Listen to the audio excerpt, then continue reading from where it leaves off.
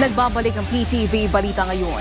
Patuloy pa rin ang isinasagawang investigasyon ng Philippine Air Force sa nag-crash na Super Huey helicopter sa bayan ng Loreto sa Agusan del Sur na tutulong sana sa humanitarian assistance and disaster relief operations sa Butuan City.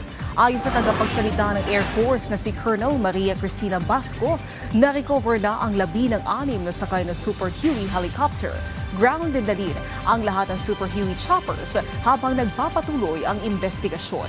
Pero tiniyak ng Air Force na gagamitin nila ang iba pa nilang chopper para tumulong sa humanitarian and disaster relief operations dahil sa epekto ng Bagyong Tino. Sa ngayon, wala pang natatanggap na ulat ang ahensya kung may kinalaman ang panahon o human error ang sanhi sa pag-crash ng nasabing helicopter.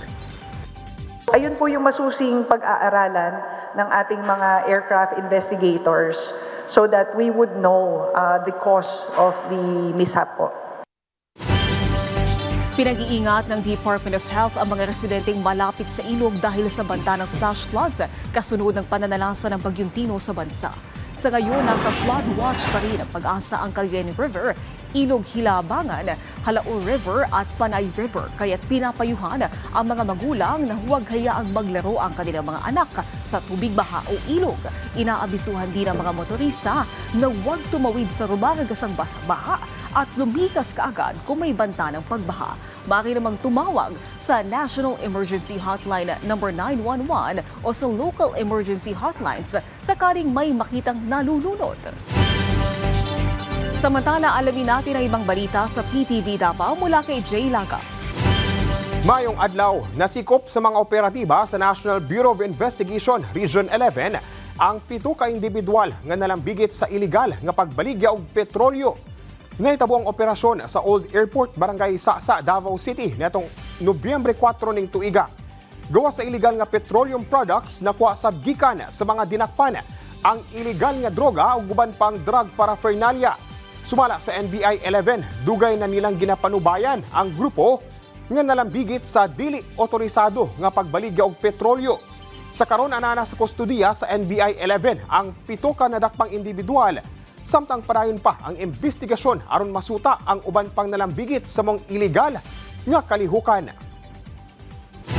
Mas paligon sa Department of Agriculture or sa Department of Agrarian Reform kung dar sarangani ang produksyon sa agrikultura sa mong lugar. Pinagi sa paghatag og kapin 4.9 milyon pesos nga kantidad sa mga makinarya. Kinialang sa duha ka mga Agrarian Reform Beneficiaries Organizations sa barangay Kablacan ug Kamanga sa Sarangani Province. Gimo kini netong Nobyembre 2 ning tuiga din lakip sa gihatag. Mo ang duha ka 108 horsepower tractor ug 50 horsepower tractor sa managlaing barangay. Tumong sa moong buhatan nga subling makunhuran ang gasto sa produksyon. Mapalambo ang uma ingon man mapatasan ang income sa mga mag-uuma pinagi sa maong mga makinarya.